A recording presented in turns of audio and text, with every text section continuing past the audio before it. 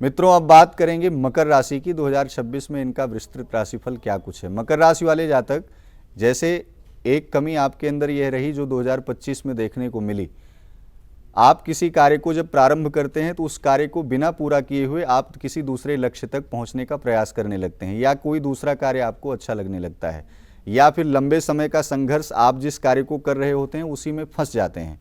तो कभी कभी अपनी ही बनाई हुई योजना में व्यक्ति तब फंस जाता है जब वो अपनी बौद्धिक क्षमता को शून्य कर देता है या किसी अन्य के बताए हुए मार्ग पर चलने का प्रयास करने लगता है। इसे कहते हैं दूर की ढोल सुहावनी कभी कभी लगना, यानी जिस कार्य में लंबे समय से अपना परिश्रम हमने किया, अपनी मेहनत को हमने लगाया, अपने विश्वास को लगाया, ऊर्जा को लगाया, उस कार्य को छोड़ करके कोई नया कार्य शुरू कर दें तो पहले उस लक्ष्य को तो पूरा कर लो। उस लक्ष्य को पूरा करने के पश्चात आप अग्रिम कार्य को और अच्छे से संपन्न कर पाएंगे। इस अवधि, इस पूरे वर्ष में देखा जाए, छोटी मोटी समस्याएं कार्य क्षेत्र में आ सकती हैं, इसलिए विचारों को बहुत शुद्ध रखें, विवादों से बचें।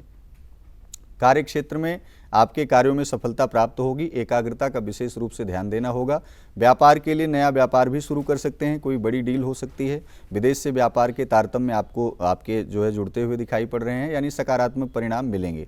रही बात की आय की, बात कर लें, जो धन का आवागमन है उसका प्रवाह काफ़ी कुछ सुगम बना रहेगा। आर्थिक परिस्थिति आपकी कमज़ोर नहीं होगी, लेकिन फिर भी एक चीज़ आपको बताएं, पैसा बचाने का प्रयास करें जितना ज़्यादा हो सके। अगर आपके पास धन रहेगा तो उस धन के संग्रह से आप कोई बड़ा आयोजन कर सकते हैं। आयोजन के साथ साथ दान कर सकते हैं।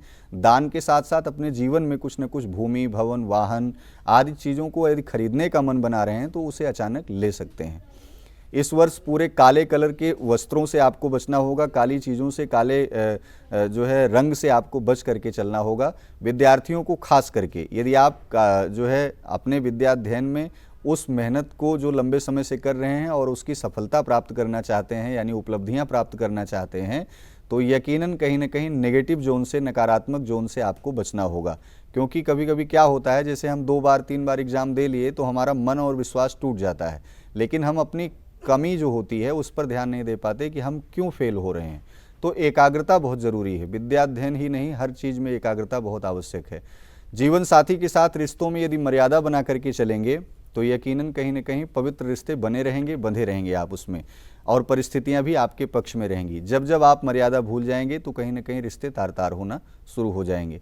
यह भी देखने को मिलेगा कि विवाह में जो लंबे समय से विलंब हो रहा था, इस वर्ष विवाह जो है योग बन रहा है काफ़ी कुछ अच्छा। और वैवाहिक जीवन में थोड़ी नोक झोंक हो सकती है, या फिर आप उसमें अपनी उग्रता या किसी भी प्रकार की ऐसी शैली आप इन्वॉल्व करते हैं तो उससे विवादास्पद परिस्थितियां और ज़्यादा हो सकती हैं। इसलिए गलत फहमियों को ना पालें, अपने परेशानियों को स्वयं से दूर करें, बैठ करके सामंजस्य को स्थापित करने का प्रयास करें।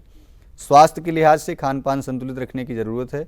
जितना ज़्यादा हो सके उतना पहाड़ों की यात्रा करें, वनस्पतियों से, संस्कृति से, प्रकृति से जुड़ करके चलेंगे तो ज़्यादा अच्छा रहेगा। अब आपको हम उपाय की बात कर लेते हैं। इस वर्ष को बेहतर बनाने के लिए कौन सा उपाय आपको करना चाहिए।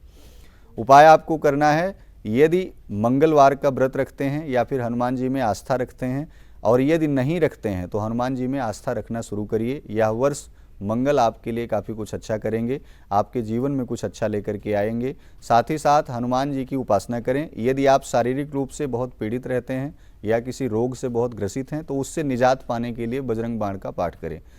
यदि आपका कार्य बहुत ज़्यादा कहीं इधर उधर विलंब से होता है, या फिर कह सकते हैं होता ही नहीं है, जिसे आप अपनी कुछ शक्तियों का दुरुपयोग करके अपने आप को खाली रख लेना, ऐसे संदर्भों में जब व्यक्ति बना लेता है, यानी जब उसकी आत्मिक ऊर्जा कमज़ोर हो जाती है, आध्यात्मिक ऊर्जा कमज़ोर हो जाती है, तो जहाँ हाथ लगाता है वहीं कहीं ना कहीं एक शब्द आता है जो लौकिक भाषा में मनहूसियत, यानी वो शिकार बनने लगते हैं, होने लगते हैं। तो ऐसे में अपने आप को ऊर्जावान बनाने के लिए हनुमत उपासना करें। हनुमान जी की उपासना में हनुमान चालीसा का प्रत्येक दिन कम से कम 3 या 5 या 7 बार पाठ करें, और अत्यधिक जितना ज़्यादा हो सके मंगलवार और शनिवार हनुमान जी के मंदिर में बैठ करके राम राम का जप कम से कम 108 बार करें। ये प्रत्येक अगर मंगलवार शनिवार किया जाएगा, पूरे वर्ष भर आनंदित रहेंगे, नकारात्मक विषयों से बचे रहेंगे, तमाम प्रकार की दुर्वृत्तियों से बचे रहेंगे, आलोचना का पात्र नहीं बनेंगे। बहुत ही स्वस्थ रहें, ख्याल रखें।